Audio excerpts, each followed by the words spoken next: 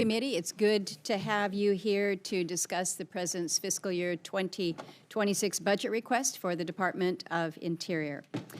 I'm pleased to have the opportunity today to talk about the important work that the Department does, including its leading role in supporting America's energy agenda, empowering Indian country and tribal nations, providing recreational opportunities to tens of millions of Americans, and generating billions of dollars in economic output. It's been a real pleasure. I have appreciated the meetings that we've had, the conversations that we've had by phone, and it's been great to meet the various Assistant Secretary nominees from the Department. I've enjoyed our conversations there. I'm impressed by their understanding of the issues that they focus on and their commitment to public service. You're building out quite the team. It was great to be able to talk to Kate McGregor. She has a little bit of history with the Department and comes with a lot of knowledge and understanding, and certainly on Alaska-related issues. So we're eager to get her confirmed and to work, as well as some of the other nominees. We're still waiting for some of the key ones. As the chairman of the Indian Affairs Committee, we're anxious to have a nominee for the Bureau of Indian Affairs as well. So I want to thank you. I want to thank you. I want to thank President Trump for recognizing Alaska's amazing natural resource potential. This was very significant in the Day 1 executive order. Everything from the Ambler Road to the NPRA, our non-wilderness coastal plain, Alaska LNG. But there's been very swift, very early and decisive action in this space, and it's welcome both here in Washington, D.C., and certainly in my state. So I'm looking forward to working with you to further facilitate the development of Alaska's resource. I know you are looking forward to going to Alaska in just a couple weeks. Hopefully, it's going to be a great trip, lots of good information, good feedback, and good weather, and I'm hopeful that Denali will be out in all of its majesty and splendor, and you'll be reminded why Alaskans prefer the Koyukon Athabascan name Denali, meaning the Great One. The President and you have set out an ambitious agenda, particularly with respect to the focus on energy and economic development. I'm very supportive of this endeavor and know that I want to be your partner in achieving so many of the goals. But beyond the actual resource development, the Department of Interior can be an economic force for good in many different ways. And one of the most important economic drivers that we see up in Alaska, aside from the resource end of things, is within the Department, within the National Parks system. National Parks is the home states of the members on this subcommittee and generates a collective $7.4 billion of economic output annually. That's more than the gross domestic product of 40 different countries. But it's not just the economic output that makes parks so important. It's the experiences of traveling to parks, seeing the wildlife, having an adventure that creates a lifetime of memories. And we've had discussions about some of your early years and the significance of that. Back home in Alaska, we've already had about 150,000 people come through on cruise ships this year. That might not surprise other people, but this is early for us. We estimate a total of 1.65 million visitors for the tourism season. That's about double the population of our state. So when we see a skinny budget that proposes to cut $1.2 billion or 35% from Park Service, it's hard to square it with the claims that DOI is focused on fostering the American economy, again, recognizing that our economy is more than just our natural resource development. Another area of concern that I will address in my questions within the National Park Service budget proposal is the concept of turning over management of national parks to the states. I'm trying to figure out exactly how this would work, and I'm kind of thinking it's like me putting my kids in charge of the upkeep for the house that I own. In some instances, it might make good sense, but as a wholesale best practice, I worry about how that might impact the parks or our people. So should this concept be included in the full budget request, I'd hope that we have a really thorough conversation with you to better understand the justification for the proposal. I am concerned about what the skinny budget proposes for the BIA and the BIE. Cutting nearly $1 billion from Indian Affairs would hurt the federal government's ability to meet its trust responsibility to Native people. And in some of our conversations, I've shared some of the areas where I think the department has failed Indian country, and this is in areas like probate, where we have an extraordinary backlog, public safety and justice, missing and murdered Indigenous people, as well as the education of Native American children. And while I appreciate that the skinny budget alleges that proposed cuts would enable tribes to focus on law enforcement, I'm not sure how reducing BIA law enforcement funding by $107 million is treating the program as a core priority of tribes. I know, because I hear it, tribes have been requesting more support for this program to address a serious lack of policing. So I worry that cuts of this magnitude can't be made up for by directing tribes to apply for grants at DOJ, as the skinny budget suggests. I want to end my opening comments this morning by talking about what I consider to be, and I know that you put equal priority to, and that's the men and women of the department, the people who actually make things happen. We've talked about a lot of good ideas for using new systems, IT systems, artificial intelligence, how we can make the department more efficient. These are good goals, worthy goals. And I hope to see that detailed more in the budget. But I think we know when we're talking about management of our public lands, if you don't have the necessary staff, whether out in the field or in the headquarters, all the investments that we want to make become less efficient. When I think about the executive order as it relates specifically to Alaska, we've got some good things that we want to do up north when it comes to resource development. But scientific and ecological assessments that are provided by USGS are relied upon by not just federal land management agencies, but by the industry as well. So USGS science helps avoid polar bear duns, identify permafrost, map caribou migration patterns. So when we see cuts to USGS, but also BLM and BOEM and Bessie and Osmery, it causes me to wonder, are we going to be able to accomplish what we're all seeking to accomplish together? I think it's important also that people have expertise and knowledge about the places that they serve. I had this conversation with folks in the Forest Service. You just can't take somebody who maybe comes from Indianapolis, a good Forest Service person, but you put him out at the Mendenhall Glacier Visitor Center where their job is bear management. They don't have a clue about bear management.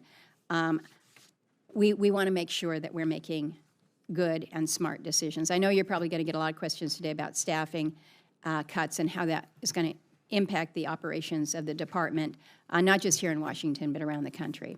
I do wish that the Acting Assistant Secretary for Policy, Management, and Budget, Mr. Hassan, is not here today to answer some of these questions, because he seems to be in charge of making a lot of the decisions about the staffing and the reorg.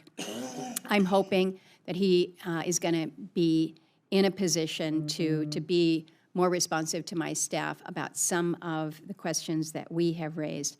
But ultimately, and you've been a governor, the buck stops with you. He can be responsible for certain things, but ultimately it's you that are accountable. So getting the answers to questions about the reorganizations, the impacts of RIFs, how the department will operate national parks, protect reserves, and implement the president's energy agenda. So getting this channel of communication going back and forth in a good and a constructive way, I think, is going to be important. But my bottom line to you this morning is I'm pleased with your nomination. I'm excited that you are there at the department.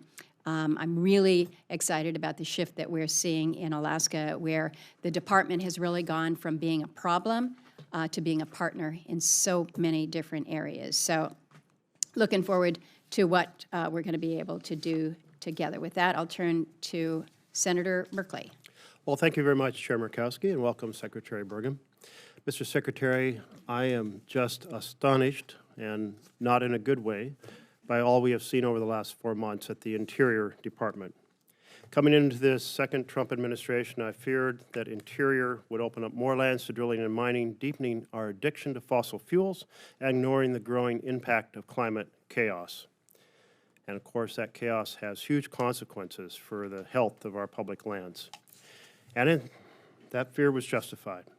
Despite the U.S. operating at an all-time high for energy production and more than 19 million leased acres sitting idle across the country, that's 46% of the onshore acres and 79% of the offshore acres, yet the administration lied to the American people and declared a bogus energy emergency.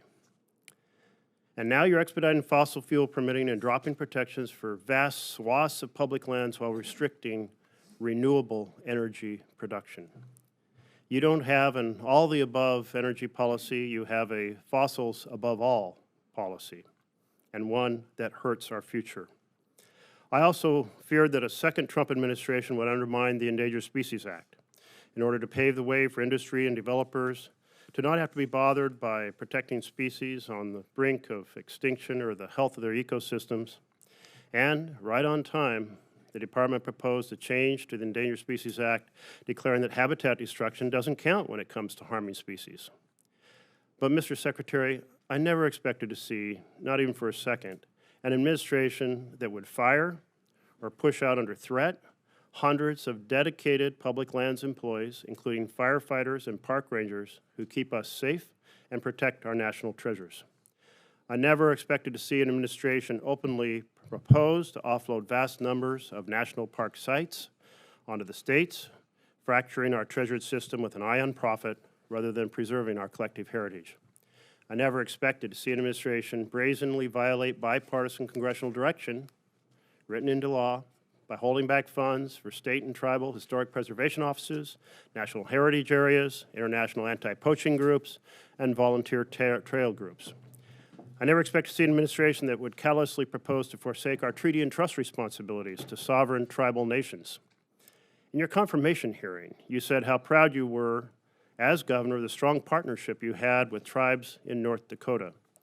We don't have to wonder what tribes think today about your proposal to cut core tribal programs for road maintenance, for public safety, for social services, and other vital services nearly in half, or cut tribal school administration by 80% in a system with $1 billion in deferred maintenance and dozens of schools in desperate condition.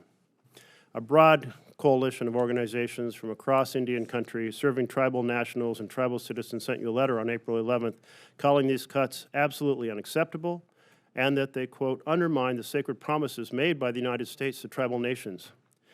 Madam Chair, I'd like to submit that letter for the record. Without objection. I never expected to see an administration delay funding for wildfire preparedness and fire red card employees who are trained to fight wildfires, or try to end air and smoke monitoring in national parks as we enter wildfire season.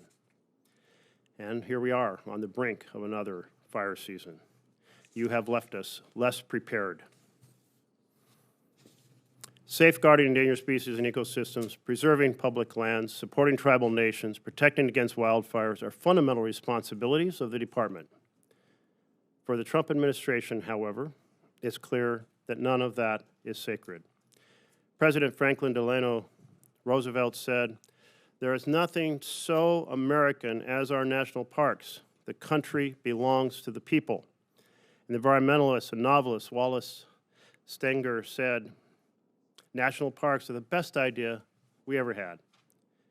If creating the national park system was the best idea we've had, this administration's assault on the national park system is one of the worst. Parks bind us together as a nation. They are shared natural wonders open to all. Parks preserve and show us our shared history, places where we can take pride in what happened there, and places where we can learn how to live up to our ideals.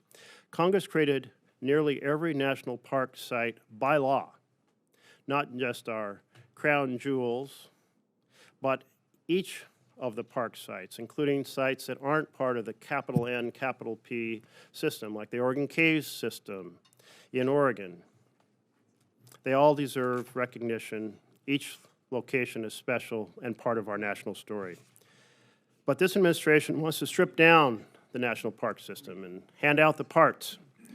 Mr. Secretary, you like to talk about unleashing America's balance sheet, focusing on the mining and exploitation profit potential of our public lands. But accounting for the value of public lands is not as simple as a business spreadsheet. How do you value recharging one's soul on the rim of the Grand Canyon? How do you measure the value of a fourth grader gasping in awe at the unspoiled natural wonder of Crater Lake in Oregon? Or of an adult who watched civil rights marches on TV in the 60s, walking across the Edmund Pettus Bridge in Selma, Alabama, and reliving the fight for racial equality and remembering Bloody Sunday, 1965. This administration talks about public lands like they're just a transaction, available for wheeling trade or for sale. But they are not just a transaction. They are part of the soul of this nation. They are to be celebrated, protected, and passed on to the next generation and the generation after. Our national park sites, our national wildlife refuges, our national landscape conservation system belong to the American people. They are not for sale. So today I'll try to dive deeper into the shocking strategy of selling off America's treasures, destroying endangered species and ecosystems, walking away from our responsibility to the tribes, and the effort to fire dedicated professional federal workers and to freeze funding for parks, nonprofits, and most dangerously, wildfire preparedness. I look forward to the discussion. Thank you. Thank you, Senator Merkley. Mr. Secretary, again, welcome to the committee. You have 5 minutes to give us a little bit of the outline here. Your full statement, of course, is included as part of the record, and we look forward to the exchange with members at the conclusion. Please proceed, and welcome. Thank you, Chairman Murkowski and Ranking Member Merkley. It's a pleasure to be here this morning. I look forward to a dialogue on the topics raised during your open comments and other questions that the members may have. So again, thank you for the opportunity to testify relative to this morning to the President Trump's fiscal year 2026 budget blueprint. And as we talk about the actions we can take in working with you to make America safer, stronger, more beautiful, and more prosperous. Interior managed resources hold a significant position on Americans' balance sheet. The public lands and minerals within interior domain include more than 480 million acres of surface land, 750 million acres of subsurface mineral estate, and more than 2.5 billion acres offshore. Our natural resources are national assets, and they should be responsibly developed to grow our economy, help us balance the budget, generate revenue for the American taxpayers. With common sense approaches and modern systems, we can increase our return for citizens, strengthen our economy, and create great paying and meaningful jobs, all while protecting our beautiful lands, our abundant wildlife, our clean air and water. The President's 2026 budget blueprint requests $11.9 billion in current authority for the department, which provides significant savings for the American people. Of that, about $10.6 billion of that is within the jurisdiction of this committee. 2026 budget features strategic investments to further President Trump's commitment to energy dominance, which is the foundation of American prosperity, national security, and world peace. Last month, we were working to remove layers of red tape that undermine coal production on federal lands. Clean American coal is a triple win for our country because thermal coal provides reliable and affordable baseload electricity. Metallurgical coal is foundational for bringing back our steel industry, and the mining and refining of our coal that contains critical and rare earth minerals is essential to secure our own domestic supply chains for our defense, transportation, and tech industries. We're also busy rectifying mountains of restrictions designed to restrict resource development in Alaska. And we're increasing the production of affordable, reliable energy on federal lands. We've taken common sense, simple measures to help increase production in the Gulf of America by 100,000 barrels a day, which will help reduce the price at the pump for American families. And we're following the law, and we've proudly announced that we'll have the first lease sale in the newly named Gulf of America that'll occur later this year. Right now, America's in an artificial intelligence arms race with China, and keeping our energy production for electricity, our baseload power production open will help us win this contest while driving down electricity costs for American families. We're also undertaking efforts to establish our position as a leading producer and processor of critical and rare earth minerals, which will create jobs and prosperity at home, strengthen domestic supply chains of the United States and its allies, and reduce the precarious position that we're in relative to China controlling 85% of the refining for rare earth minerals. Preventing and combating wildfires is vitally important to protect people, communities, environment. And the federal wildlife risk mitigation suppression responsibility are split currently across 5 agencies and 2 departments. This creates duplicative and ineffective structures. The budget that you're seeing today reforms wildland fire management to create an operational efficiencies by creating a unified federal wildland fire responsibility that would combine those 5 agencies to help work on suppression, risk mitigation, and coordination with non-federal partners. The Department of Interior upholds federal government's unique trust responsibilities by fostering the government-to-government relations between the federal government and the federally recognized tribes, American Indians, and Alaska Natives.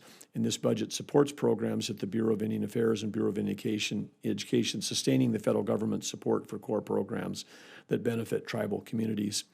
Since becoming secretary, I've traveled to national parks, historic sites, Bureau of Land Management locations, wildlife refuges, and Bureau of Reclamation sites to learn more and hear from leadership on the ground, hearing from them about the red tape that we put on their lives that get in the way of doing the great work that those team members on the front lines do. We're instituting changes to get more people actually working on the front lines, more minutes on mission, if you will, in the parks, in the firefighting, and we'll be talking more about that today.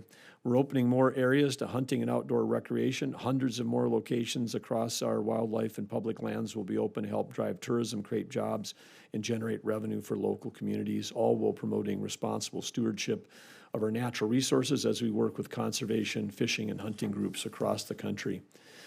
Interior is also very focused on streamlining our core business operations, which appears to not have been looked at for decades and decades.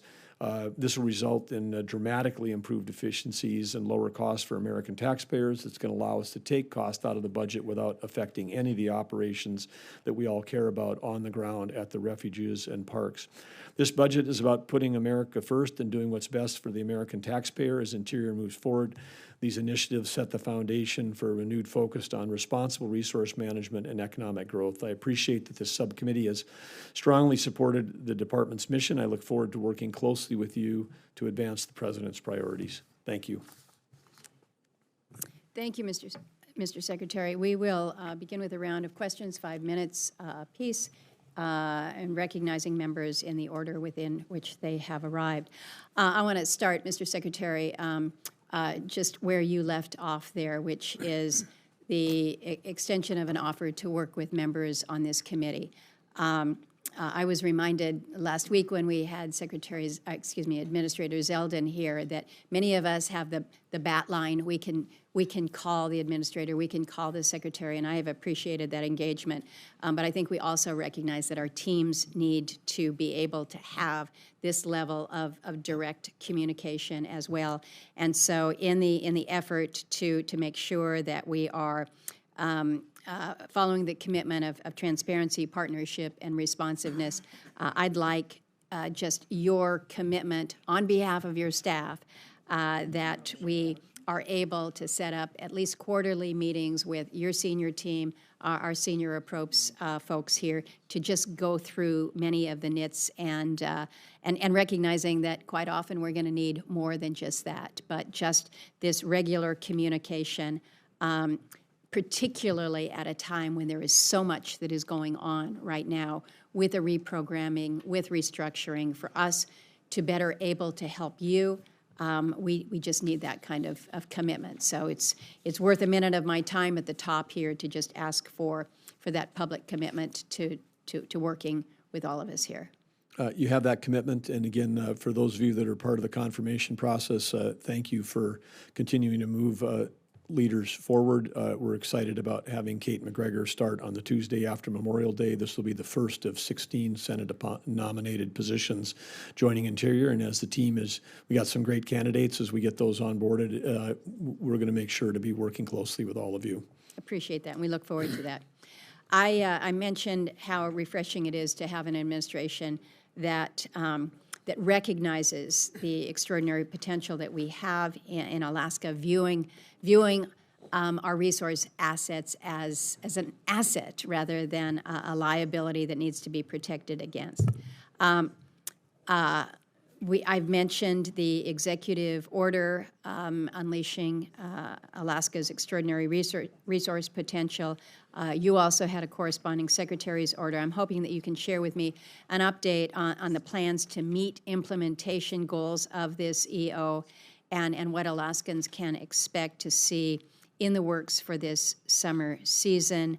And I've mentioned in my opening statements my concern that as we're seeing this significant transition within the department and workforce reduction initiatives, that we're not going to see any of this that happens back here undercutting both the president's and your stated policy goals as they relate to Alaska here.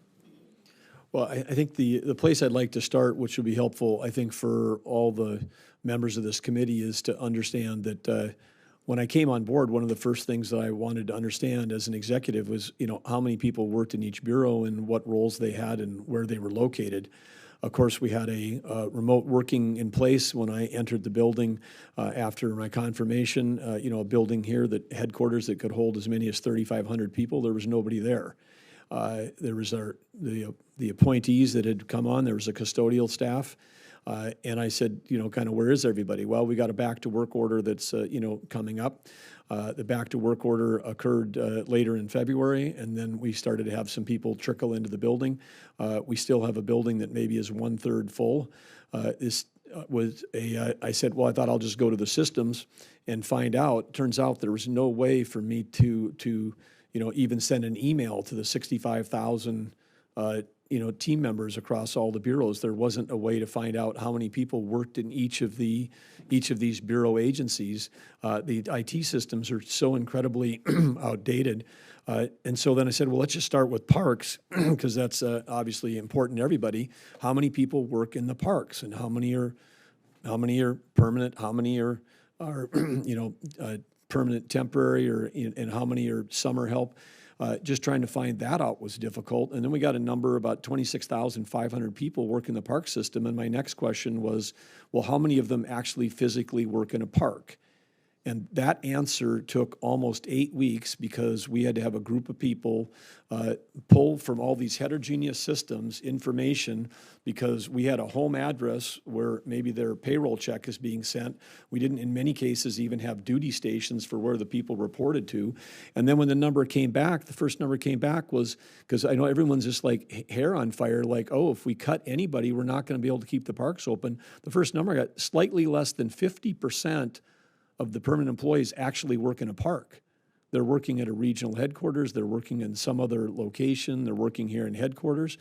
And so then it was like, well, how many of them work by different functions? Because we always talk about park rangers and wildfire fighters, which we had put as a protected class on all of the orders when I got there, which is don't get rid of any wildland firefighters, don't get rid of any law enforcement. We don't want any of that. So then it comes back, and that of the 65,000 people in Interior, 2,000 of them are listed as being in HR. I didn't hear anybody mention, please protect the HR positions. We got several thousand people working in IT, and I don't know what they do. I'm trying to find out, but I know we've got gobs and gobs of contractors chewing up the budget, and I think that people in IT are hiring contractors to do their work. And so my thesis right up front is for all the mischaracterization and hyperbole that somehow taking a hard look at at how we actually operate an agency of this scope and scale, that we can't have a substantial amount of savings both in personnel cost and in dollars, and then actually end up with what all of us want, what all of you want, and what I want. I want more people in the parks. Whether they're driving a snowplow in the wintertime, or whether they're working with his interpreter in the summertime, or whether we're doing trail work, if they're firefighting, I want more of that. I want less overhead, because when I talk to these park superintendents and I said, how can I make your life more productive? It's not just about, oh, I need more people. Some of these parks, like Yellowstone, have got more people working this summer than they've ever had in the history of the park. We're certainly Mr. more than they've Secretary- had. So I mean, so we're up from where we were 2 or 3 years ago. And then, but I'm saying, what can I do to help your life be more productive? And they say, get rid of the red tape above me. And so that's one of the things we're working on. And I think so we're listening to the people that are actually on the job doing the operations. And it's just common sense. So I think we can accomplish the goals that were raised by Senator Merkley and others, which is we can get more people actually doing the work and have the savings. Then if I can produce the savings, if I can reinvest those, then into the things that people matter, deferred maintenance.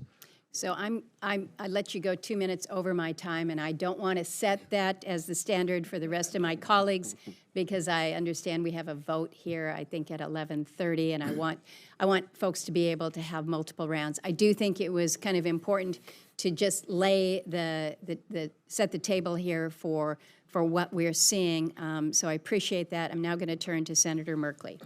Thank you, Madam Chair. And Mr. Secretary, as you know, we have 63 crown jewels in our national park system. It's when people say, I want to visit every national park, they're normally talking about those crown jewels. But there's 370 other national park sites in the system. And those include, in Oregon, places like the Oregon Caves, the John Day Fossil Beds, the Lewis and Clark National Historic Park, places of significance, certainly the people of Oregon, but the people of the nation. You have proposed slashing $900 million from the national park system by offloading some of those 370 national park sites and that are not part of the crown jewels. And you calculated you could save this $900 million with lower maintenance because there'd be fewer sites. Do you have the list of sites that you plan to offload for us? I do not. This is a proposed idea, and the whole 900 is not related specifically, but thank you for clarifying for everyone that this does not touch any of, as you've described, the crown jewel parks. But certainly in places like North Dakota with Knife River Indian Villages, we've got places that were designated as federal locations that have almost no visitors. They're cost centers. We have to staff them. We have to maintain them. And I know as a governor that... So are you going to send us a list of the proposed sites? This is a proposal for the 2026 budget, so we'll be working through, and I think this is going to be a case by case, state by state, to see where they're. But yes, we will send you it when we have the plan. I'll try to keep moving quickly because of the limited time, but certainly most of these, there are a small number that were not established through law, but almost all of the 370 were established by law. Is it your understanding that we would have to change the law in order for you to be able to put these sites up for transfer? Yes. Okay. I appreciate that because we were very concerned that this would be a form of an executive action and then we'd all go to court and fight it out because the law established them, and we believe that the law has to be changed in order to send them off. And if you have some in your home state that you're comfortable sending off, that you could request the governors to say what do they want to do. But I have a feeling the governor of Oregon would say these sites, these 3 sites in Oregon and others are of great value to our national system for all Americans. I want to turn to the challenge we're getting of getting answers from your department. We've had repeated requests dating back to January 23rd about funding, whether you want to use the term frozen or the term impounded or delayed, and we haven't gotten answers. How do we get answers from your staff? Well, let's start with any specific ones you may not have. I mean, we are following the executive orders, the secretarial orders to review.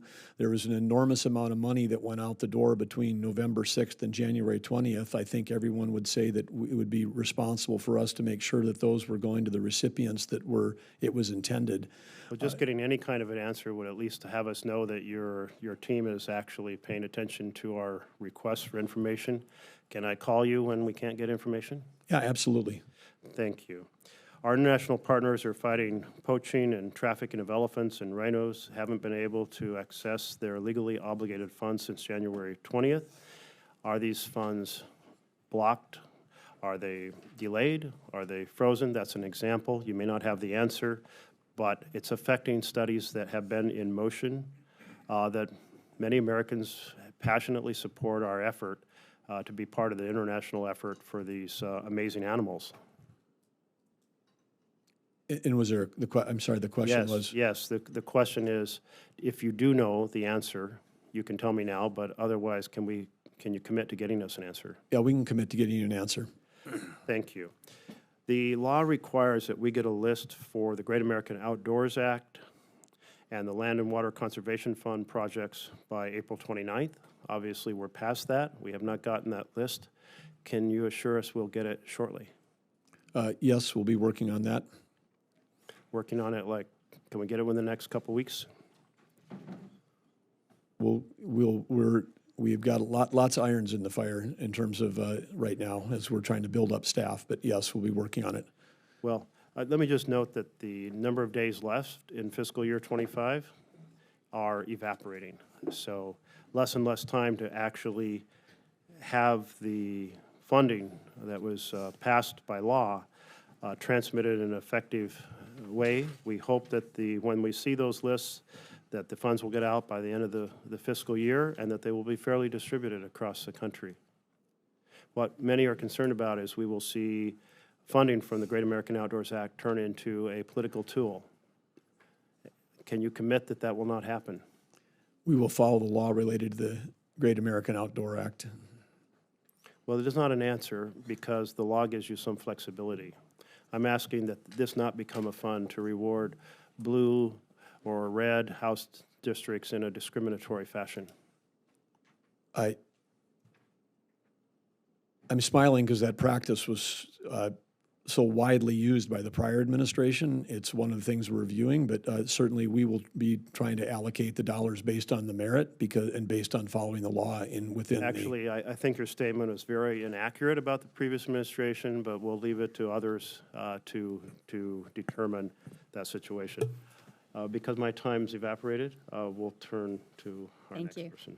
Thank you. Senator Hoeven. I just want to say on the last thing, grants went up by over 100% in the last part of the last administration. If we cut them by 50%, we would be back to where the level of spending we were in 2001 at the beginning of the Biden administration. And so the idea that taking a look at any cut is some dangerous, destabilizing thing is just not true. This thing operated, all these agencies operated with far less levels of spending for decades and decades compared to where they've been at the last few years. Madam Chair, let me just point out that is not a point that I made, so I don't appreciate you trying to pretend that I did. Let's go to Senator Hoeven, please. Thank you, Madam Chair. Thanks for being here, Mr. Secretary. Appreciate it. Appreciate your service. Have you ever started any businesses and run any businesses? Yes. Have you served as a governor and at any point in your career? Yes. In any of those positions, did you go in and work to find savings and also then put people and systems in place that actually, while saving money, enabled you to provide better services to your customers? Yes, thank you, Senator Hoeven. When I came into North Dakota, we had a $6 billion general fund, and we cut it by $1.7 billion, 27% the first 4 months I was in office. All the trains still ran on time, and we created more meaningful, more purposeful jobs for the people that work there. In fact, not only do you have a great love of the outdoors, you're a rancher, you like to hunt, but one of your specialties is finding and putting in place systems that actually improve the productivity of the workforce so you deliver better service at lower cost. That's one of the things you specialize in, isn't it? Well, I spent 2.5 decades in the private sector developing software systems to do exactly that. Yeah, and so the other thing that would actually help you accomplish that and make sure there's more people in the parks and that the American citizens are better served is if you could actually get your management team in place, right, instead of having it held up for no good reason. So you just said, what, you've got one of 16 people that have to be confirmed, and we sit here voting in the middle of the night because nobody will let you get your team on board so you can do the very things that some here want to criticize you for?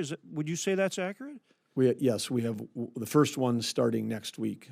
Yeah, the executive leadership team. So if somebody really wanted to help you get your team in place and make sure that service is getting done, seems like they would want to help you get that team in place rather than hold it up. Wouldn't you think? Would that make sense to you? Yes. Okay. I know you're aware of the Advanced Training Center that we have at Camp Grafton, which is our National Guard facility in North Dakota, and that you've worked with it. And you're probably aware that of the recent statistics of the more than 5,400 law enforcement BIA law enforcement officers trained, 3,000 of them got training at that facility, and so it supports Artesia in terms of getting BIA law enforcement officers trained up and on the job, and we only have in the Northern Plains about 50% of those staff positions filled, meaning almost a 50% vacancy rate. So my question to you is, will you work with us? And we've got the senator here from New Mexico, so he knows Artesia. He knows this, how important this issue is. But particularly for the Northern Plains and folks that live up there and want to stay up there, we've got to enhance this training and expand the course offerings. Are you willing to work and in support of that? Yeah, absolutely. Okay. The next question I have is, we have wild horses in the Theodore Roosevelt National Park. I've got a bill in with Senator Kane, bipartisan. He has some experience with the horses out, on the East Coast and in the parks there. It would make sure that require maintenance of a genetically diverse herd, in no event less than 150 horses. Are you in support of that legislation? Yeah, absolutely. Talk to me about the public lands rule. Under the Biden administration, they sought to essentially put more than 245 million acres off limits of public land, off limits for any kind of energy development.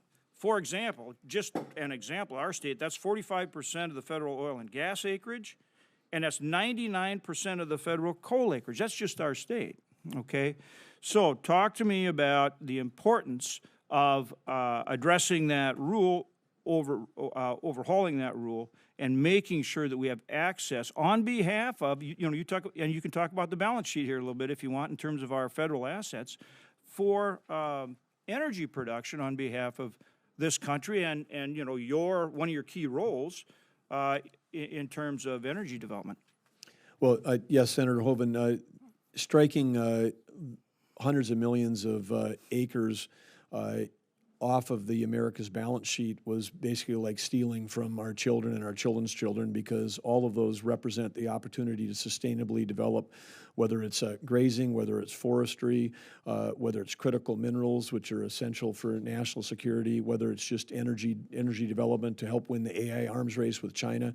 All of those things are essential, and public lands were meant for the benefit and the use of the American people. They weren't meant to be certainly some areas are wilderness areas and need to be protected completely, like national parks and wilderness areas, but that represents a small fraction of the total amount. So I'm with you completely, and it's completely irresponsible that we would cheer when we're hurting ourselves financially, because when we shut down the multiple use doctrine for public lands, we're actually hurting America and we're helping our adversaries. Yeah, and Madam Chair, just a final question quickly, but it's just to once again reaffirm, your whole career, in every capacity you've had, has been to provide better service to the people that you're working for, whether it's in a business or whether it's for the state. And given the opportunity, you believe you can do that here as well. In other words, better service in the national parks, better resource management, if you're given the chance to do it, right?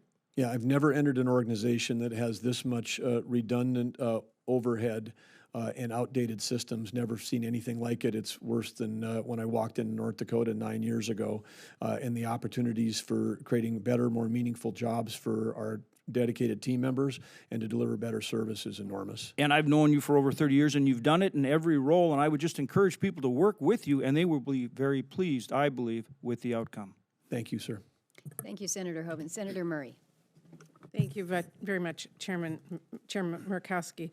Mr. Secretary, I wanted to start by touching briefly on Hurricane Ridge. That is a place, as you know, is very special to people in my home state of Washington, and visitors come to it from all over the world. I know that you visited Olympic National Park last week, and you saw how scenic it was and a hint of how brutal the weather can be. It's called Hurricane Ridge for a reason. The Hurricane Ridge Day Lodge burned down in a tragic fire 2 years ago, and Congress delivered the emergency funding necessary to rebuild it last year. In the execution report that you delivered to the committee in February, the disaster funding spend plan, you included the money for the Olympic National Park, I understand is for Hurricane Ridge. Do you have any updates for us on the next steps for that project? No, but I did have an opportunity with the park superintendent and some of the lead people to actually get to Hurricane Ridge, and thankfully there was not 70-mile-an-hour winds. It was beautiful, sunny, calm, gorgeous, but I got to see the site where the fire had happened and was able to meet with them regarding the plans that they have, and it looks like a great project. Good. And can you just keep my staff and me updated on that project as it moves forward? It's really important to all of us. Okay, thank you. As you saw, Washington State is home to a number of pristine public lands. People travel from all over the world to experience my state and Oregon. Secretary Burgum, our public lands aren't for sale. Protecting our wilderness, living up to our tribal obligations, keeping our communities safe, it's just not negotiable. And it's actually a core reason that your department does exist and have been these have been places with strong bipartisan support. So I'm really concerned that one of the first things you did was make deep, painful cuts at our parks and start talking about our public lands kind of like they're a piggy bank. I do not want to tell future generations that, see that river of sludge used to be clear, used to have salmon, or see that charred mountainside used to be a forest with campgrounds and trails, or that smokestack used to be a national park. I worry because it feels to me like your vision could lead to that with your budget cuts and mass firings and reorganization. And I'm deeply concerned about the proposed cuts to programs and funding that our tribes rely on, the mass firing of park rangers. They're the people who help our visitors. They clear the trails, they clean the bathrooms, they respond to emergencies, and it just, as I watch this and hear from folks and see what's happening, on top of gutting some bedrock environmental protections, I just don't see how your department can execute the law without staff in place. So just let me ask you, in your short tenure, you have overseen significant staffing reductions, over 10%, and reorganization efforts across the Department of Interior, with, I understand, more firings to come. The National Park Service has lost 18% of its staff. You managed to actually fire the only plumber at Mount Rainier National Park. There's just nothing efficient about that kind of management. You've also decided that what few staff remain at our national parks will focus solely on visitor services. That really abandons the conservation mission, which no doubt will lead to the degradation of our natural resources and our parks. Actually, on May 8th, 5 former NPS directors, Republican and Democratic administration alike, raised really grave concerns about these decisions. And they wrote that the National Park Service's founding statute requires conservation at our parks, so they will, quote, be unimpaired for the enjoyment of future generations. You know, we need trail guides and biologists. We need EMTs and geologists. We need snowplow drivers, and we need historians. Mr. Secretary, do you acknowledge that you do have a statutory obligation to conserve our national parks? And that's really a simple yes or no. Yes. Well, it just feels to me watching this that you are abandoning that obligation with the staffing cuts, and your job is to carry out the laws that Congress has passed, not as you wish were written. So let me ask you, how many people do you plan to fire from the National Park Service? Let me respond by saying, I'm going to repeat myself, that there's an opportunity to have more people working in our parks in all the positions that you've described, Senator, and have less people working for the National Park Service. We just have to accept that this math, that if you've got a situation where slightly less than 50% of the people actually work in the park, that everything you said, I can increase the number of people in the park, but still decrease the number of people on payroll at the National Park Service because we're eliminating overhead, back office, IT, and HR roles. And so I can agree with everything that you're saying, but then to have a mischaracterization that if we cut anybody, that somehow I'm cutting into the conservation mission. It's huge cuts, and the people you're talking about are actually the support staff. And when you cut support staff, that's not efficient. You know, how does someone drive a snowplow if you don't have a staffer that makes sure that the government gets the best deal to buy that snowplow? I mean, there's many, many detailed people that you're talking about that actually make sure that the spending is efficient, that the people are efficient, that the We all know how important staff is. I mean, you can't survive without that. Those are the people that you're letting go. We can't be efficient if they are not there. Well, are you suggesting that the National Park Service today is operating at peak efficiency and that there isn't any changes that I could make? I would suggest that I welcome any suggestions to us about how to be efficient, but just mass across-the-board cuts and firing is really going to not increase efficiency at our parks, and that I think we all should be very concerned about.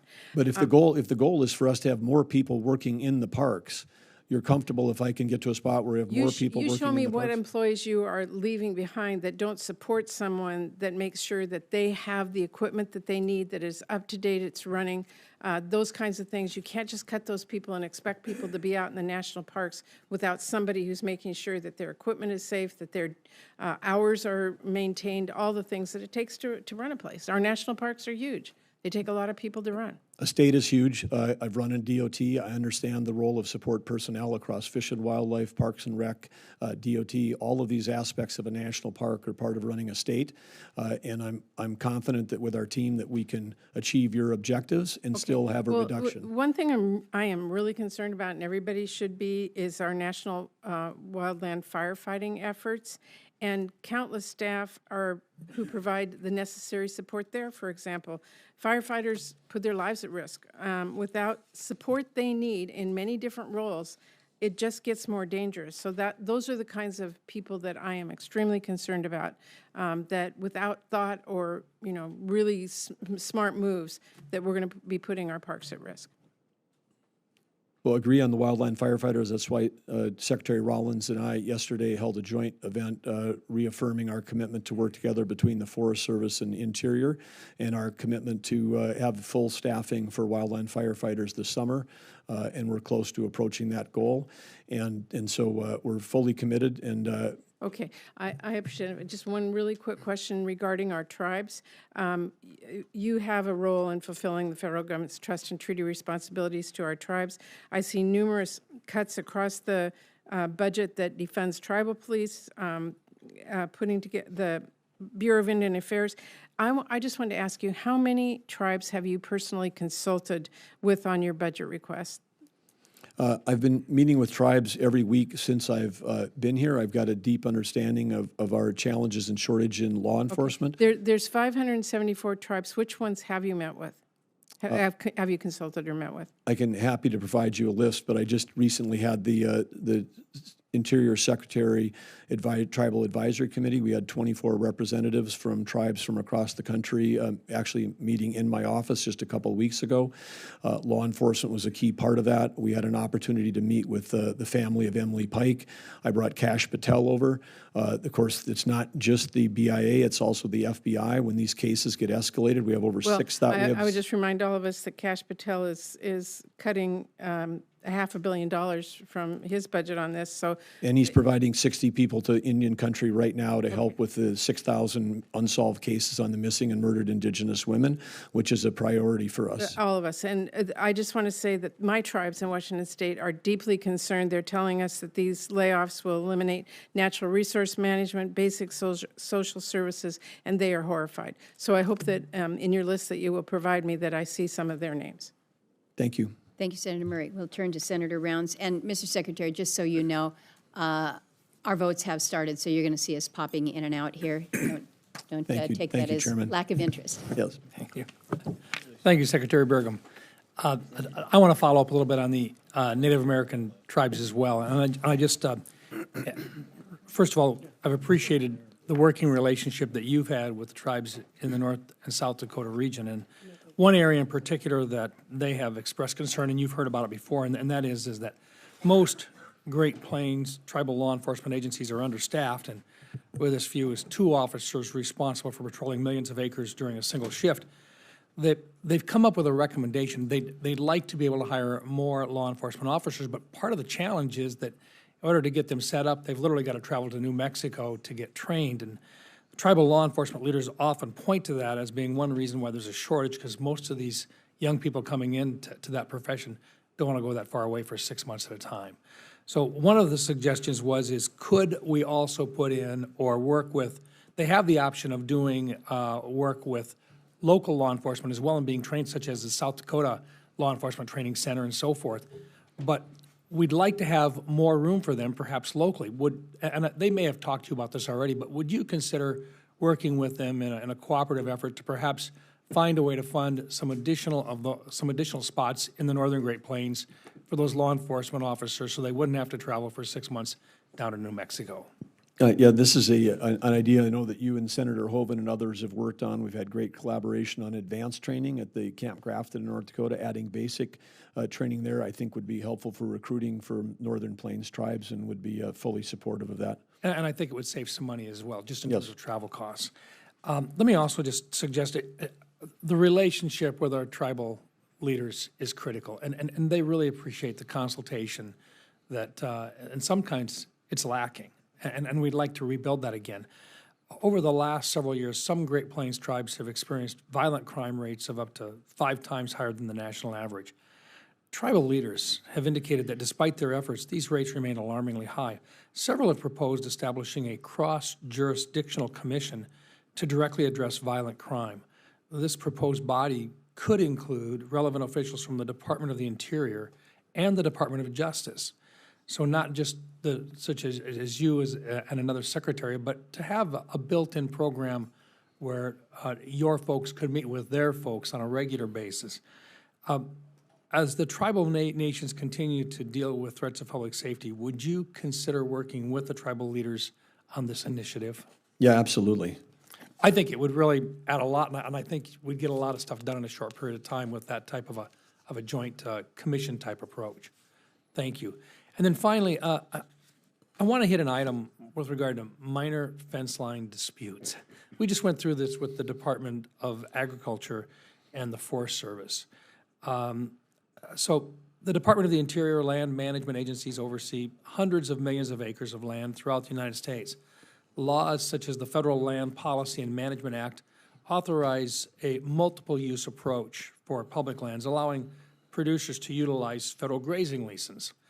Concerned landowners in western South Dakota have approached my office regarding minor fence line disputes between producers and federal officials, specifically after we had that type of a situation come up with the Department of Ag or the Department of Forestry.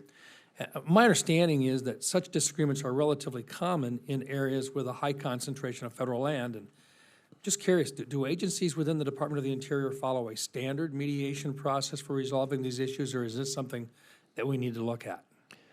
I'm not aware, but I'd be happy to look at it. I'm familiar. We've got lots of U.S. grasslands from the U.S. Forest Service in western North Dakota. I own ranch land there, and I know that when you've got topography in the Badlands, that sometimes the fence line, it's impossible to put the fence line on the property line.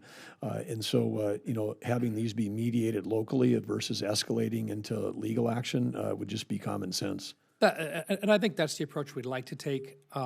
These farmers and ranchers have been on that for years. It's been back and forth, and most recently with the ability to do fence lines more accurately. Now we're finding pros and cons in terms of acres that may be on one side of a fence or on the other side of the fence either way, and rather than ending up in court, it seems to me that a mediation process would be a lot better way to approach these. And I would just appreciate your assistance if we can put that together for the Department of the Interior if it does not already exist. That'd be great. Thank you. Thank you. Thank you, Mr. Chairman. Thank you, Senator. Senator Van Hollen, you're next. Thank you, Senator. Welcome, Mr. Secretary. I do want to associate myself with the comments that Senator Merkley and Murray have made, expressing concerns about the budget or the lack of budget to date when it comes to the spend plan for fiscal year 25. You and I have never met. You come from the beautiful state, North Dakota. I want to tell you a little bit about my state of Maryland and the very important role the Department of Interior plays in the state of Maryland, and seek your assurances on a couple things.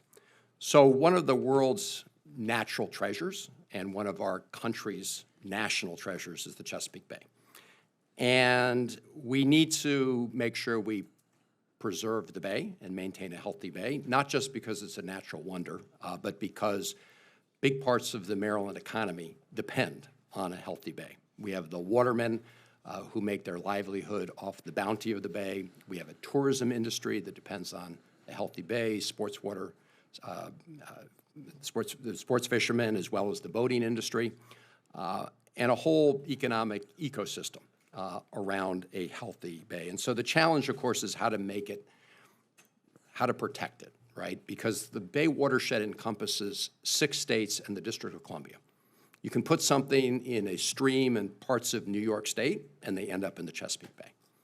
It has a 14-to-1 land-to-water ratio, which is the largest such ratio of any coastal water body in the world. So you can see that what happens on the land has a direct impact on the health of the Chesapeake Bay. And the Department of Interior has a number of very important programs in place to help protect the Bay, its health, and the economy, the health of the economy. One is the Wilds Grant program. This is a program that has been bipartisan in origin. Senator Shelley Moore Capito and I launched it. It helps restore and protect fish and wildlife habitat from brook trout in West Virginia to ruffed grouse in Pennsylvania forests to oysters in the Chesapeake Bay. Another very important DOI program is the U.S. Geological Survey. It provides very important science that all of the states use to help develop their strategies to protect the health of the Bay and guide the restoration efforts. We also have in Maryland a number of national wildlife refuges, 7 altogether, that, number one, help provide critical habitat around the Bay and prevent more pollution from running off the land into the Bay. They also help provide outdoor opportunities for people who visit the state of Maryland and the Bay. And then there's the National Park Service, which through the Chesapeake Gateways Partnership provides more public access to the Bay. And then we have a number of important national heritage areas and the National Park Service that plays a very important role in our state, including Antietam National Battlefield, including the Harriet Tubman National Underground Railroad Historic Park, including Fort McHenry National Monument and Historic Shrine. So that's a quick overview of all of the important interaction investments the Department of Interior has with the state of Maryland. And so my question to you, Mr. Secretary, is will you work with me, the committee, the Maryland delegation to, number one, maintain that strong partnership, but also to maintain the resources that are necessary to support that partnership? Yes, absolutely, Senator. I appreciate that. And the reason I ask is, as we look at the skinny budget, a number of the categories that are deeply cut would impact almost all of the programs that I just mentioned, right? I mentioned the WILD program, for example. If you look at the category of funding and the cuts there, they're very significant. If you look at the National Geological Survey cuts that are being proposed, it appears, although it's hard to determine, that the entire program that supports that scientific work might be wiped out. I don't know for sure, but this is why we're expressing so many concerns, because this partnership has been very important to our state of Maryland, to the Chesapeake Bay. And so I appreciate, Mr. Secretary, your assurances, both in terms of working together and the resources to match that effort, and I look forward to continuing our conversation. Great, thank you. Thank you. Thank you, Senator Van Hollen. Mr. Secretary, thanks for being here. I'm the last one up here, so we're going to take some time and answer questions to give people their opportunity to come back.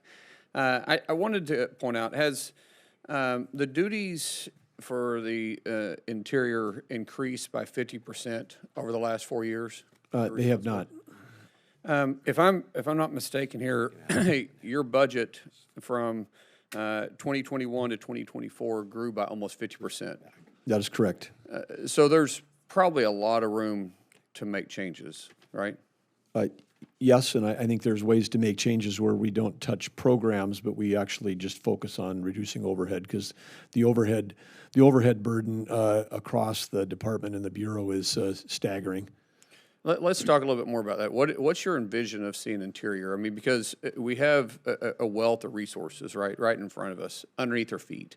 We're heavily dependent on even I would consider adversaries like China for rare earth minerals, and yet we find that throughout public lands all over the place. We find that we have an opportunity that we could even use resources, not just allow us to be less dependent or completely independent of other countries, but where we could also use it to pay down a significant amount of debt. Is that correct? Absolutely, that's true. And you mentioned critical minerals. I mean, I think this is something that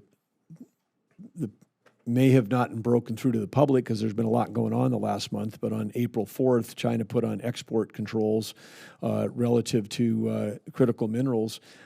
These are things that are essential for American automobiles, for American technology, for American defense.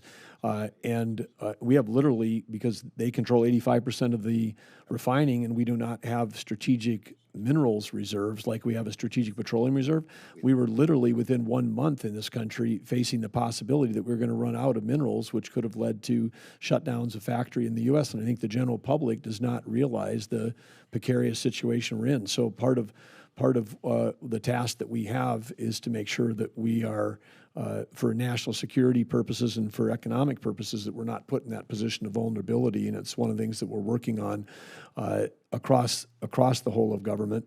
But as you're absolutely right, Senator, that those critical minerals, many exist, in public lands, but we've killed mining in this country the same way we've killed timber harvesting, the way we've attacked ranching and farming, and certainly the way we've attacked energy development. And it's become quite a national security risk. Yeah, it's huge. It's one of our largest national security risks is the fact that we're in a great power battle with a country that controls the supply chains for what we need to actually build our defense. What's the biggest barrier for us to be able to actually retrieve those rare earth minerals? Well, I think that this has been a long-term strategy on behalf of China, where they have not just cornered markets, but when U.S. Companies, innovators, entrepreneurs, job creators have said, "Hey, I'm going to open up a mine," we bury those companies with red tape. Those few that have persevered and become successful. We as the United States. We, the United States, have done that through layers and layers of permitting delays, passing laws that create extra costs, that discourage them of being able to get the capital they need to develop those kinds of either extraction or refining processes. And then when they finally do, a few of them break through and get successful, and then they're producing a mineral here, then China just dumps and floods the market with the supply that they have, collapsing the price, and then the companies can't exist. And so they're using their power and state capitalism to actually affect the outcome of companies here. And so between our red tape and their dumping materials, we literally have no critical minerals industry left, and we've got to get back in that game. I mean, it's just incredible the risk we put ourselves in. And I know you're working with the Department of Energy and plus the President on correcting this, because as I can't overstate, it is a huge national security risk we run, and we literally have it under our feet. And a lot of this is found in tribal land. And tribes that are in reservations that are struggling today, struggling financially. You go some of these reservations, and they literally look like a third world country. They don't have the ability to bring gaming in because they're in very rural areas. Their hospitals are in bad shape, and their schools are in bad shape. And there's almost no future for those that live there. And yet we could bring that future and that wealth to those tribes if we could get out of our way. Yeah, absolutely, and we've been in discussion with one of the tribes in Arizona. I mean,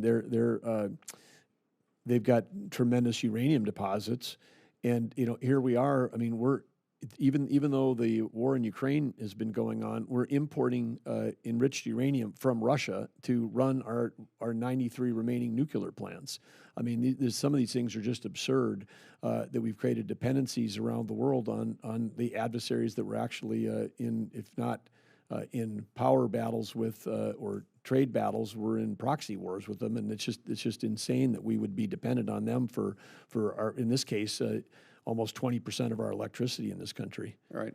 I want to turn my attention to McGirt, a decision that was made by the Supreme Court that's really put law enforcement and law and order at a heavy strain, and it's unique to Oklahoma. We're doing better with it, but I've asked the justice to come in and just brief Oklahoma to kind of see what his envision was. Unfortunately, I met a less than welcome response from the justice, and I'm trying to leave his name out of it because I don't want to bring attention to it. But it's caused a lot of problems. We are greatly under-resourced. I would compare some areas to literally the Wild West. We have law enforcement that can't pull over individuals with tribal tags. We have tribes that are suing, that are literally suing the municipalities to which they govern in, and we could use some help. There's not enough FBI agents to be able to prosecute. As I met with the FBI in the region, they said they don't have time to deal with the most heinous crimes. Heinous. And sir, I know you've been in the same briefings that I've been in, and those heinous crimes are heinous, but there's a lot of crimes behind that are pretty heinous too. And we just could use a lot of assistance in that. And so I would look forward to working with you, and even if you have time for us to be able to come in and brief you on it, or get you to Oklahoma at some point and really do a deep dive, because it has become quite a mess. I would welcome the opportunity to get a deeper briefing on sort of how McGirt is playing out, but I do understand that this is one of the most, tribal law enforcement is challenging anyway when you've got states, counties, tribes, overlapping jurisdictions, lack of MOUs, lack of, agreements around pursuit and chase. I mean, there's all kinds of challenges that I'm familiar with, but the McGirt thing is takes it to a whole nother level. Yes. And it's literally the most complex law enforcement environment, and that's the kind of environment that law enforcement personnel themselves are saying, "Hey, I can't do this. If I can't figure out, when I see an action happening, but I can't do something about it, and I'm in law enforcement because I may not have the jurisdiction." Right. That is, it's. We've created a super complex situation, and I appreciate you, Senator, being so engaged with it, because it's going to take a full effort to try to get this sorted out. Thank you so much. I've stalled long enough. I'll yield back. I appreciate the tap dancing. Thank you, Senator Mullen. Let's go to Senator Heinrich. Just in time. Thank you, Madam Chair. Secretary, I appreciate our conversations, your responsiveness. I want to bring up what is in the skinny budget, and just quote from it real quick. The National Park Service responsibilities include a large number of sites that are not quote-unquote national parks in the traditionally understood sense, many of which receive small numbers of mostly local visitors and are better categorized and managed as state-level parks. I want to strike a note of caution with that sort of approach. I love our Big P national parks. Behind me is a picture of a non-Big P national park. It is a national preserve. It is the Valles Caldera National Preserve. We've been talking in New Mexico for 100 years about this being a national park, and we finally settled on the approach of a preserve, in part because we wanted the natural resource management of a national park with the ability to also have world-class hunting and fishing and the visitors that come with all of those things. So I would just urge you to look as you develop this list, and many of these units have been created in statute, many of them that are not necessarily a Big P National Park are incredibly important parts of our national park system, our history, and our culture, and I just hope you will approach that with caution. Absolutely, and with consultation. So, and thanks for bringing the beautiful photo behind you. Yeah, if you get a chance to visit, I highly recommend it, and bring your fly rod. Is that you in the photo? Actually, it is. Yep. I thought it might be. Tell by the angle of the wrist. Have you discussed with any particular states this approach yet, or is it still in the sort of formational This stage? is completely in the idea formation stage. Okay. BIE school construction costs. I'm not going to question your effectiveness at finding ways to reduce overhead and push forward on the ground deployment for better resource management. But this particular account, and I was talking to the chair about this on the way over, really concerns me. The president's budget calls for a 79% or $187 million reduction in the BIA school construction account. This is a place where we have a $4 billion construction backlog. It's not overhead. I mean, this is money to actually build schools. It's not money to pay administrators. And so you and I have talked about the incredibly poor condition of some of these BIE schools. How are you going to move the needle on BIE school construction with this budget line item? It's interesting that we've got in BIE about 125,000 kids, which is about exactly what we had in North Dakota in our K-12 system. But of course, these are spread across the nation. Not every state has got a BIE school. And we've got a complicated situation that some places you've got a BIE school next to a tribal school, next to a public school. That's a scenario I've seen. And I think that part of this is we've got to take a look at the sort of the system-wide. In terms of dollars in states like my own state of North Dakota, we put more dollars into BIE than we do into tribal and into public, and yet the outcomes are the worst. So there's not I'm not, when I'm education hat on, I'm not seeing a correlation.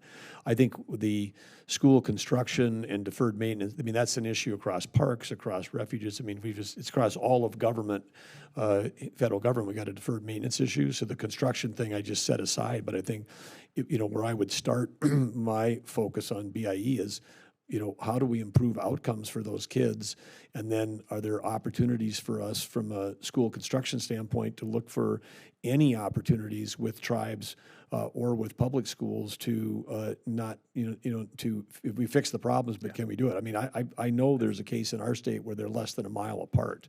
I think we can both agree we've got to do better for these kids. Yes. The president's budget proposes a almost $200 million cut to the Bureau of Land Management Conservation Programs.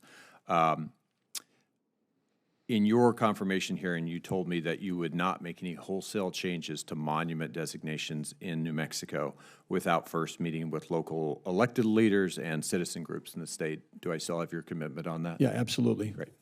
Appreciate that. I think you do. I think you do know there have been concerns. People have come to me about the buffer zone related to that and how it infringes on tribal allottee rights. So we're listening to all sides of this thing, but we'll keep in close consultation. That I think you're talking about a particular mineral withdrawal, and my question was related directly to the monuments. Yes, which is a separate issue. But yes. I'll be happy to engage with you on both. Okay.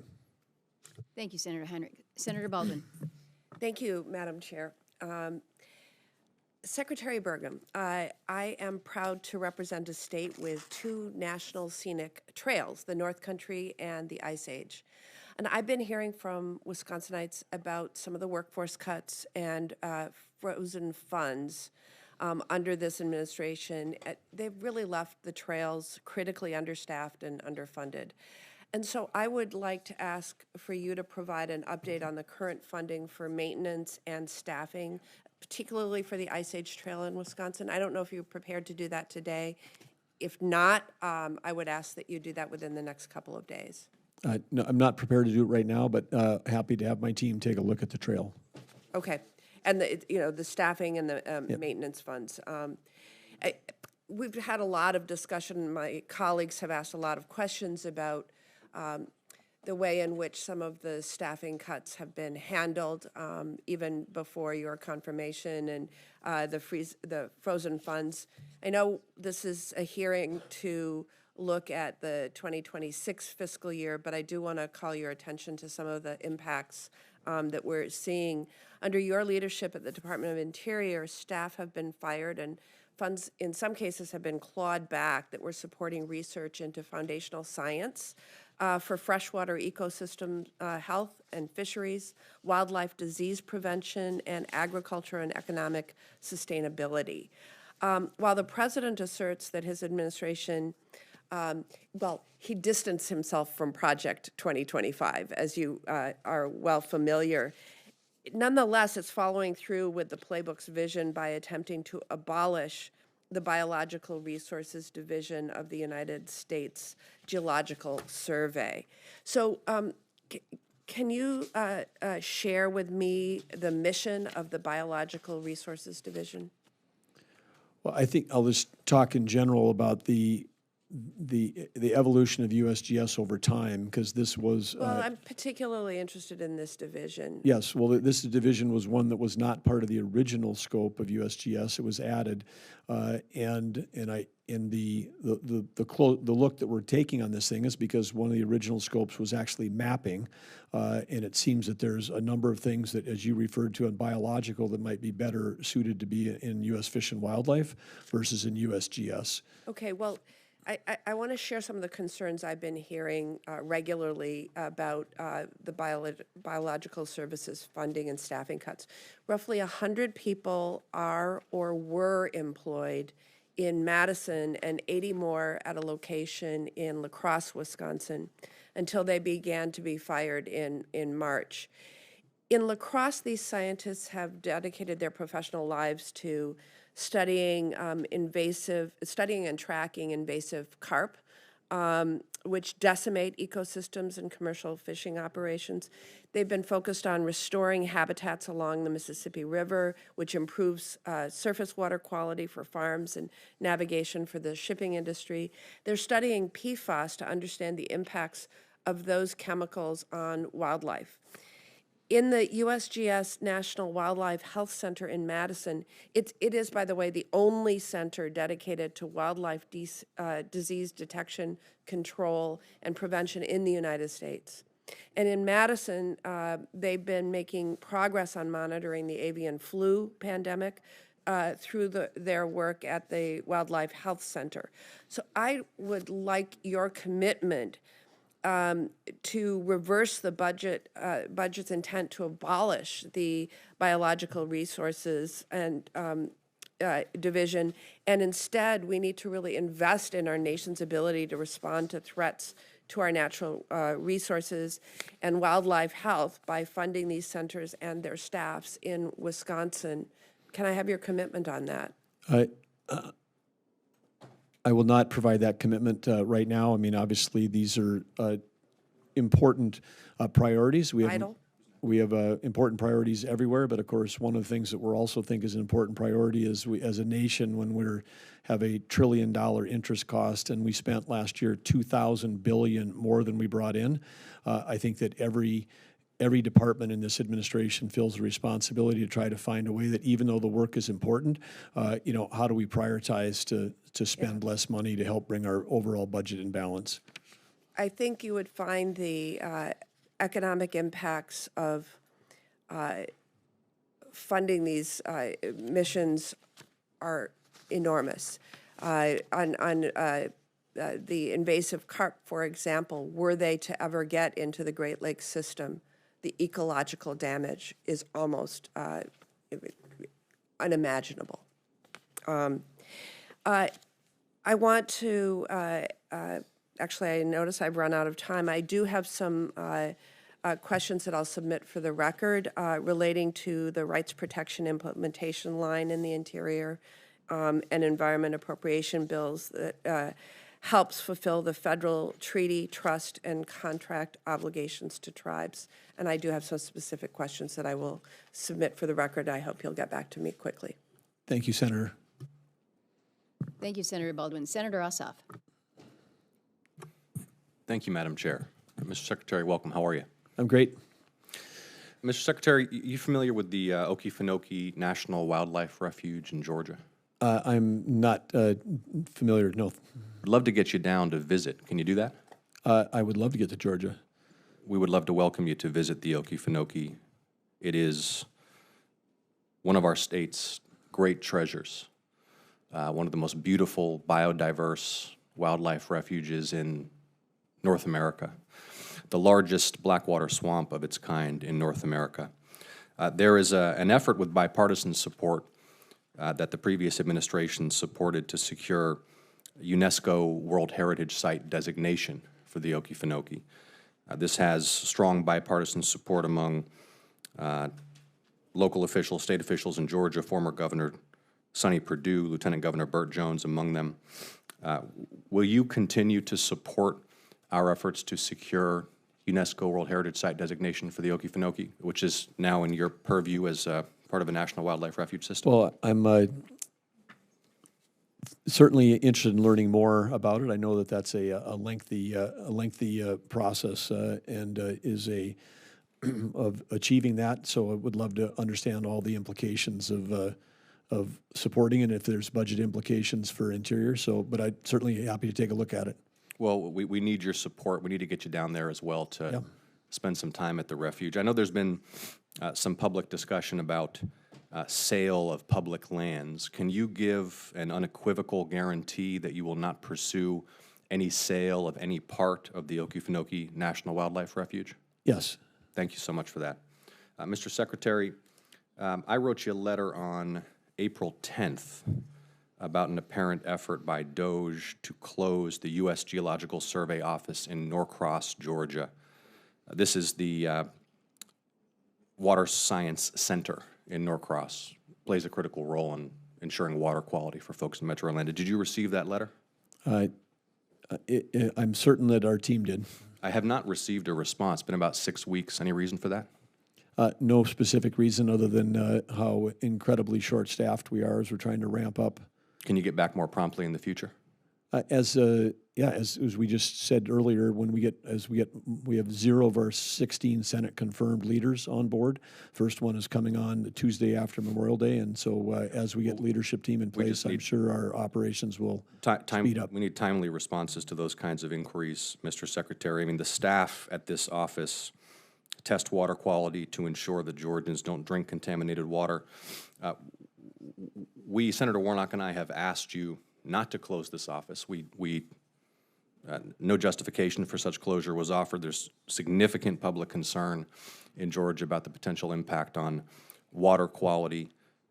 Am I correct that you've abandoned those plans or overruled the DOGE effort to close that office in Norcross? I'm not familiar with the when you're saying closure. I know that there was an effort to take a look at all the real estate we had, particularly the fact that we had virtually every employee in Interior was working remotely, and yet we were paying hundreds of millions of dollars in real estate bills. And so I think it was reasonable that we took a look to say, do we need the real estate? But I'm not sure when you're saying closing the office, if you're talking about the positions or about an office lease, because I know some office leases were being considered removed and some have been. Yeah, so DOGE expressed its intent to close the U.S. Geological Survey Water Science Center in Norcross, Georgia. You've heard from me and Senator Warnock our opposition. As I mentioned, there's tremendous public concern. Are you still planning to close that office? Well, we'll certainly take this particular request under consultation, and our team will be in discussion with you and your team about that. Okay, well, with respect, Mr. Secretary, this is an issue that I raised about a month and a half ago with you. Yeah, I understand that. Yeah, so when can I expect a response? Soon. Okay. Let me raise with you the ongoing bipartisan effort to establish Georgia's first ever national park. This is the Ocmulgee National Park and Preserve Initiative. Congressman Austin Scott, Republican in the House, and I are leading a bipartisan bicameral group of the Georgia delegation in order to establish this national park and preserve. For the first time, made major progress in the U.S. Senate last Congress on this effort. Overwhelming local support in the Macon area for getting this done.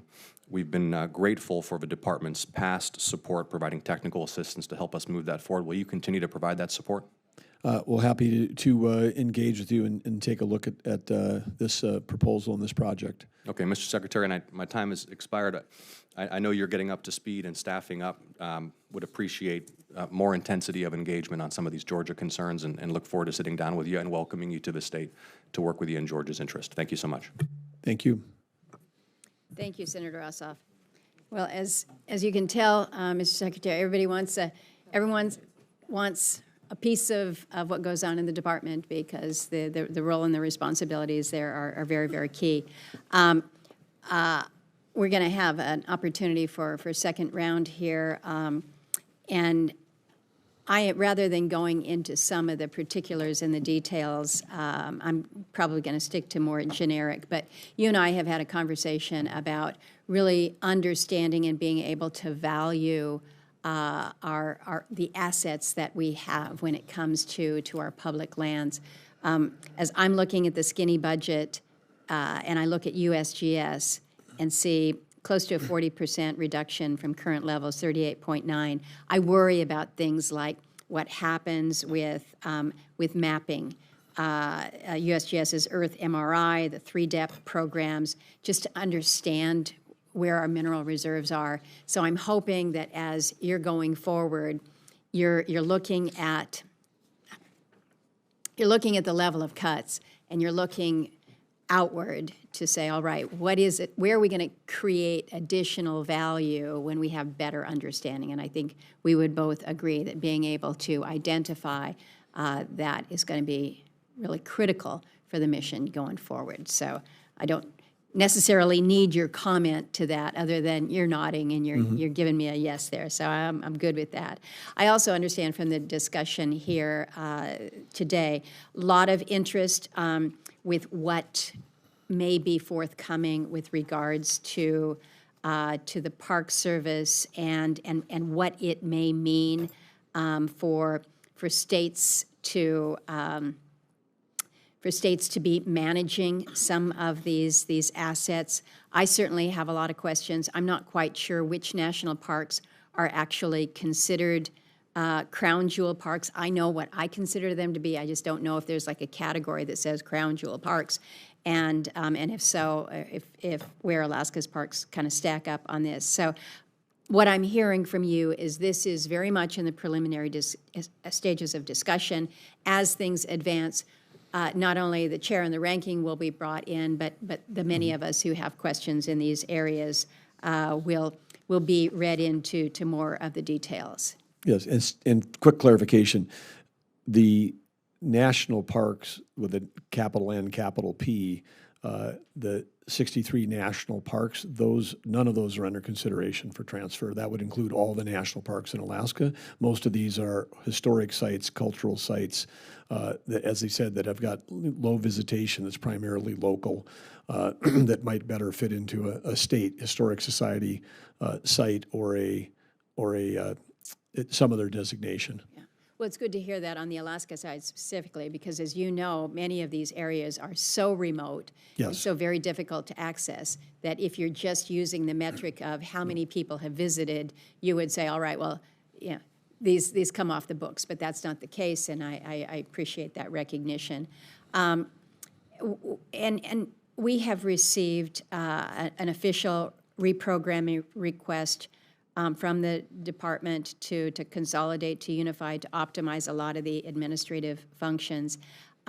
We're still trying to get additional details to make an informed decision on the reprogramming. So again, as I mentioned at the outset, just the opportunity for staffs to be able to sit down and go through that level of detail. I don't want to take your valuable time on a phone call. This is something that I think both of our teams could benefit from just a real considered analysis of that. I want to raise an issue that hasn't been raised here yet today, and this is that section of your portfolio that relates to insular affairs. I know that you've got perhaps a special and a personal interest in the region, given your father's history, but the looking at the skinny budget, it really doesn't give any insight as to what may happen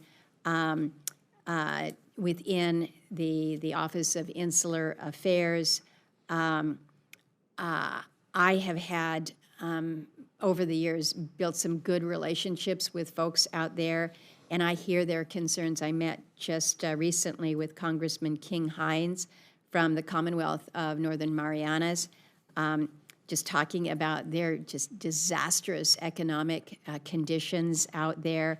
I was in Palau in October and talking to them about making sure that, again, when we have made commitments as a country for federal assistance under certain compacts, that we're there. So I don't know if you have any comments, if you have any updates in terms of persons that you've identified to head up the office. But I just want you to know that while we might not talk about it a lot at the committee, we do recognize that this is an aspect of Interior that oftentimes is kind of out of sight, out of mind, and we don't regard that as such. It was maybe my first week or my second week after confirmation, we held a meeting that included all the governors and representatives from the countries and the islands that we were involved with in insular affairs. We also invited Puerto Rico to join that discussion. Several of those governors, including from Guam, I've had a relationship through Western Governors Association, and know some of them personally.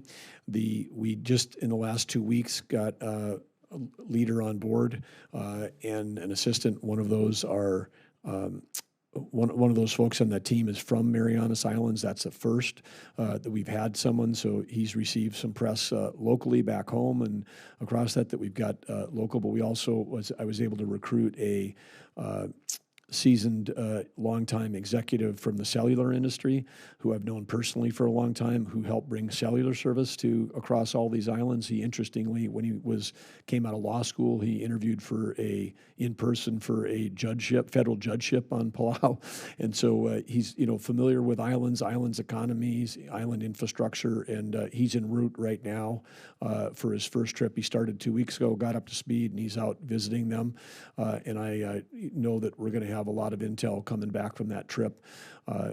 This is all very tied into defense. One of the things, yes, we've got the economic issues, but China has been working in the oceans on 3 sides of American Samoa. Just this week, we announced for the first time that we are going to be offering a potential lease sale offshore in American Samoa for critical mineral development on the seafloor.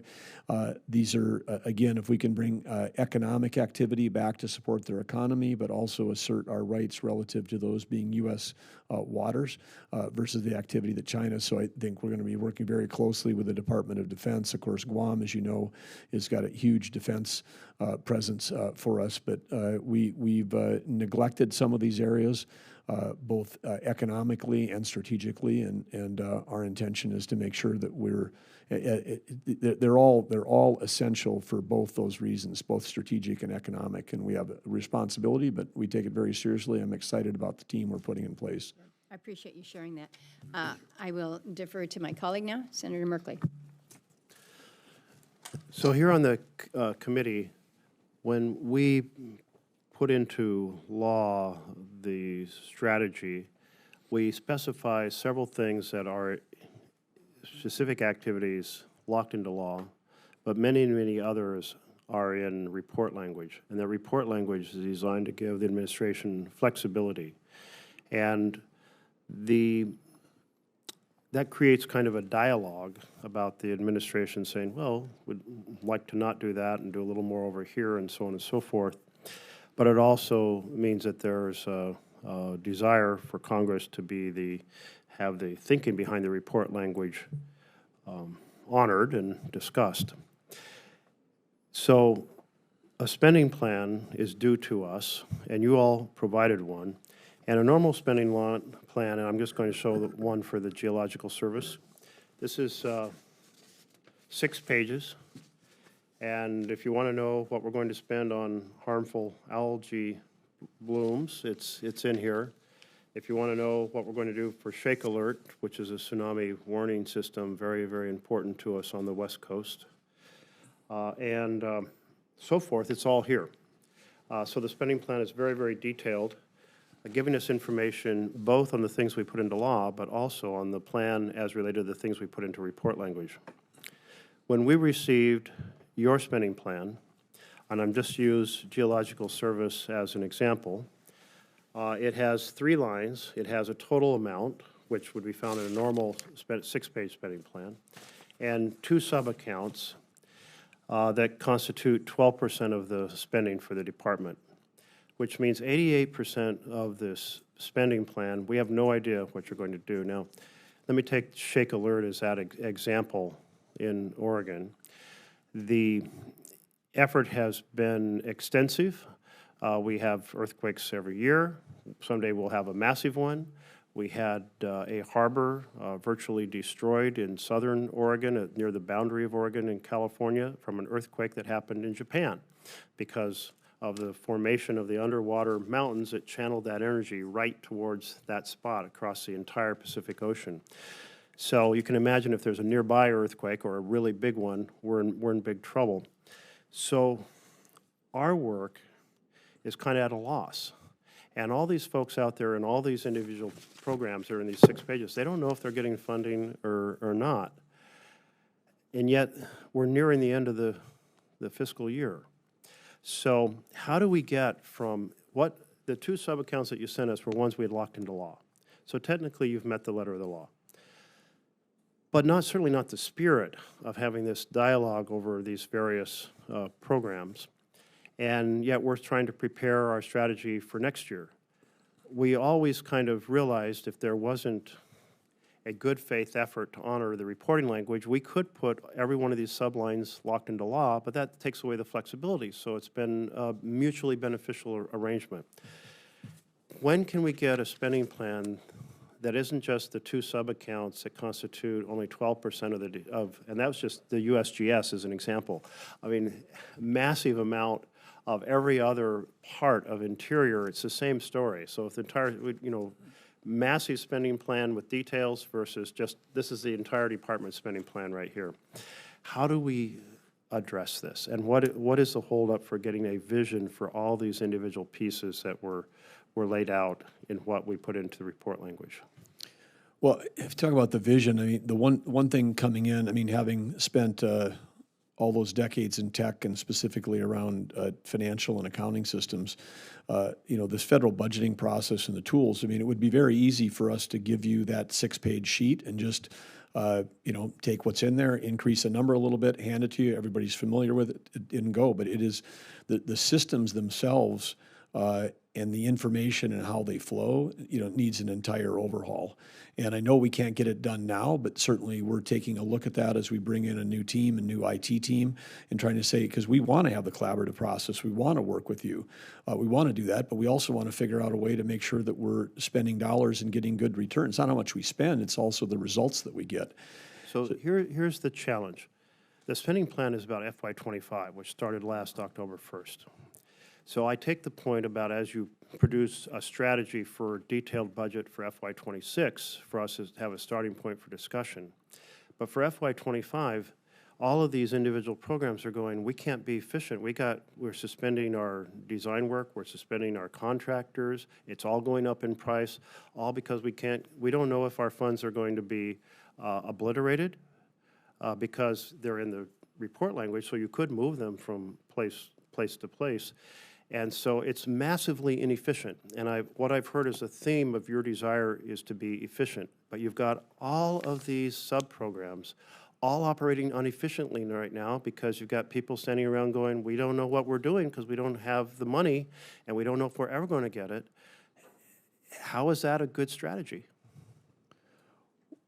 Well, it's a necessary effort that we're going through right now because you mentioned contractors. The explosion in the number of contractors working for Interior go way beyond the 65,000 of estimated headcount. And in some cases, it appears that we may have team members whose job is to manage contractors. And so then it leads us back to, you know, is that work that we should be doing ourselves versus outsourcing to others? And why the huge increase in contractors in the last couple of years? Did we suddenly find it that we were unable to do this work ourselves? So there's a lot of questions that I think would be reasonable to ask, because what those answers that we'll get from looking at 25 help inform what we should put in the budget for 26. You know, what's working, what's not, what's efficient, what are we doing internally versus outsourcing? So anyway, and with a small staff, we're asking a lot of the, I think the. So I would take your point looking forward. When I ran nonprofits, I tried to do things in-house, not use subcontractors at all, because I could do it much more efficiently, get much more work done. I had complete control. But this is about work that's underway right now being interrupted with no idea what's happening. We have no idea how many canceled contracts. So that work, it's very inefficient. I mean, looking forward to what you want to fund next year, I take your point about this analysis, but for this FY25, what contracts are there with all of these to execute the construction work on new Shake Alert or the new algae research, or, you know, what biologists are standing by waiting to know if they're going to complete that work?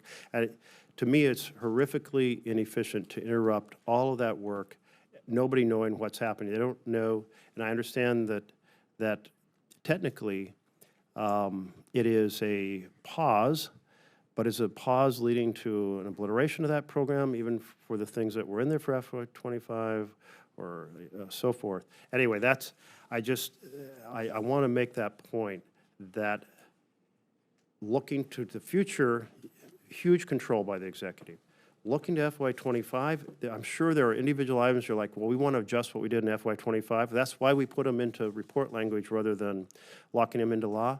But this is the worst outcome, where we have no idea, and all of these programs have no idea if they're getting the money. So I have heard that OMB has locked this up, preventing you from being able to actually give us a spending plan. Is that correct? We're waiting for some of the apportionments from OMB, yes.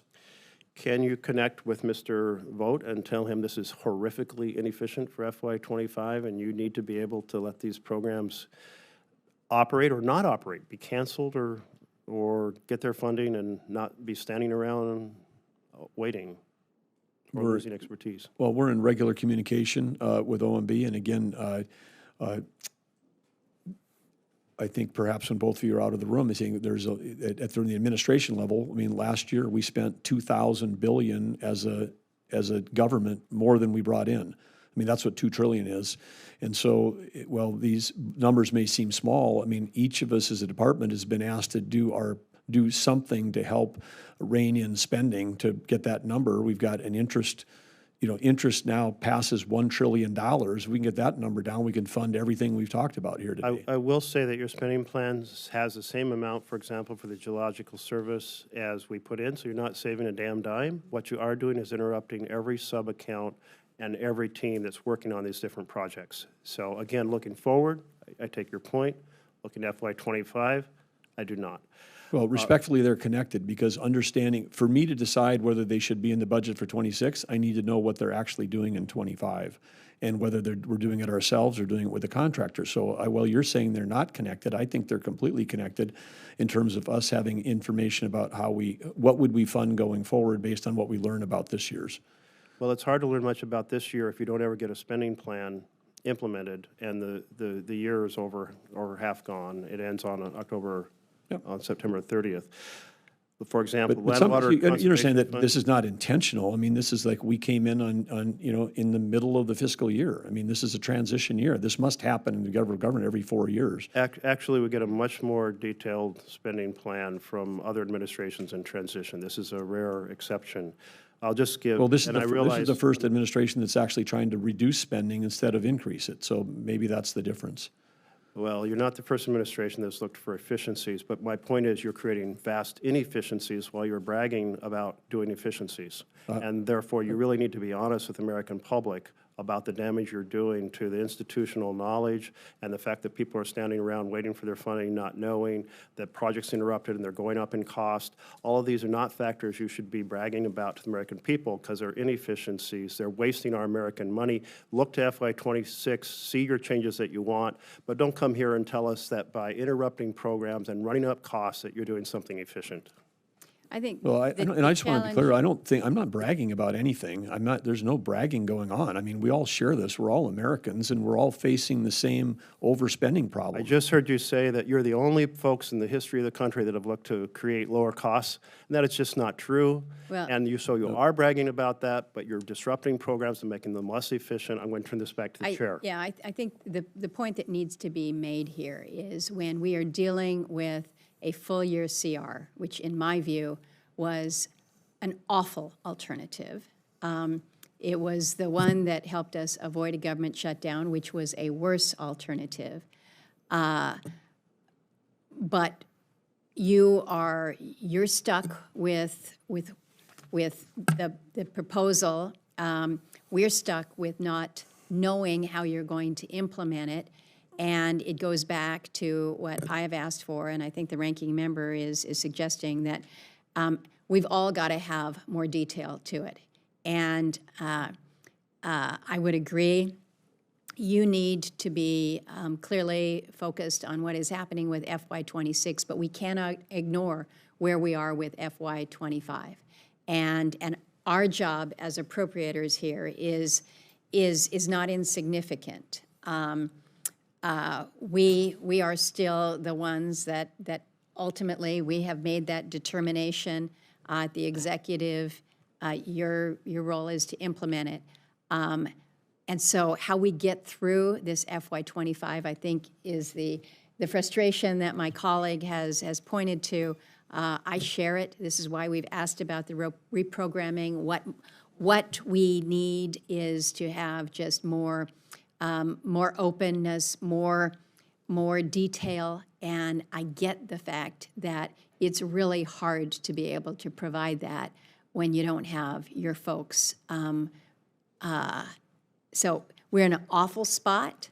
The best way that we can remedy things is just for everybody to recognize this is not a place where anybody wants to be. It's a challenge and a transition. I don't think most transitions from one administration to another are quite as rocky because typically we don't leave you with a long-term CR. You're able to walk in and know what the game plan is. And there may be minor reprogramming, but nothing to the extent that we're seeing now. So our second vote has started, and I think we're well into that. I had more things that I wanted to raise on the public safety and justice side. I worry about tribal governments competing for grants within DOJ or Homeland. As you well know, coming from your states, you have certain tribes that just have greater capacity to compete for such funds, and so we don't want this to be a situation where it's only the most sophisticated and the wealthy tribes that are able to gain access to this. I'm also worried about whether the reduction in the safety and justice line assumes a reduction in funding for PL 280 states, which is Alaska's situation. So I'd love to have more conversations with you on that. I think we've raised the issue of BIA probate enough so that you know how much of a priority that is, and making sure that we can really help to expedite that. I'm going to end my comments with just again, I think there's an excitement from folks in my state that not only you are coming to the state in a couple weeks, but Secretary Wright as well as Administrator Zeldin. I kind of gave you a pass on what can we expect when you come up. You can deliver that at the time, but I think that there is a lot of anticipation about what the executive order is actually going to translate to in terms of forward momentum that we can actually see. What's it going to mean in terms of jobs, in terms of projects moving forward?